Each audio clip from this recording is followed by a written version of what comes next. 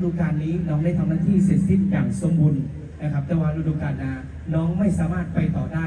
ด้วยร่างกายและสุขภาพเนาะขอเอาไปประดับแฟนๆแล้วก็ขอบคุณไปยังท่านเจ้าภาพนะครับจ้างแล้วครับ3 มกราคม 2570วัดโพสีบ้านท่อนนะครับอำเภอเมืองจังหวัดขอนแก่นนะครับจ้างแล้วครับสาวน้อยลำเพลินโชว์ขอบคุณครับวันนี้ก็บอกคิดว่าสิได้มายืนโบจังสี่เพราะว่าก่อนหน้านี้ก็จังเห็นค่ะแต่ว่าฤดูกาลหนึ่งที่ผ่านมาหนูขอบคุณค่ะขอบคุณพ่อโจค่ะขอบคุณซอนุชละค่ะ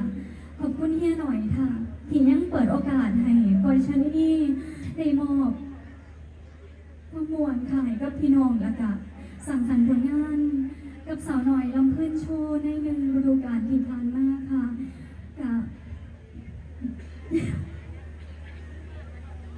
ว่าได้อยากแบบคือคนหูจักปล่อยชาตินี่ย้อนว่าเราเป็นนางเอกหมอลำแล้วก็มาหอดมือนี่กะลงไปว่าได้ลงไปขึ้นคณะไหนหรือว่าไปเป็นนางเอกคณะไหนด้วยค่ะเพราะว่าบ้านหลังนี้ค่ะเป็นบ้านหลังสุดท้ายที่น้องก้อยเสียได้ทำหน้าที่เป็นนางเอกหมอลำก็คือว่าก็พอโจตลอดอยู่แล้วว่าพ่อหนูได้ตลอดเวลาค่ะแต่ว่าตอนนี้สุขภาพร่างกายหนูบ่ค่อยดีค่ะคือจังพี่น้องเห็นในโซเชียลค่ะก็คือเสียงต้องงดใส่3 เดือนค่ะเพราะว่าเส้นเสียงหนูอักเสบก็คือแพ้บุหรี่มือ2ค่ะแล้วก็ท้องก็คือเป็นมาได้สระยะเป็นตั้งแต่เป็นสาวคุณล่ะค่ะเป็นประจำเดือนมากแต่บ่คิดว่าจะท้องมากกว่านึงซีดมันสิแตกในท้องแล้วก็รังไข่แตกค่ะบัดนี้สุขภาพก็เลยบ่ค่อยดีที่ผ่านมาก็คือล่าเขาโรงพยาบาลเจ็บอดแอดมาตลอดก็เลยผิดจารณาเจ้าของค่ะได้สักพักนึงแล้วว่า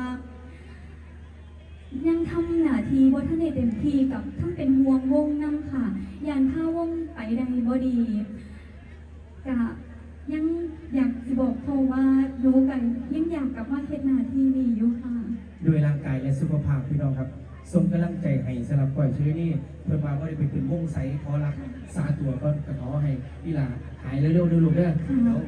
วันดีๆโอกาสดีๆค่อยกลับมาสั่งความสุขให้แฟนๆสาวน้อยลำเพื่อนโชว์แล้วกันพ่อโจยินดีต้อนรับเสมอครับค่ะ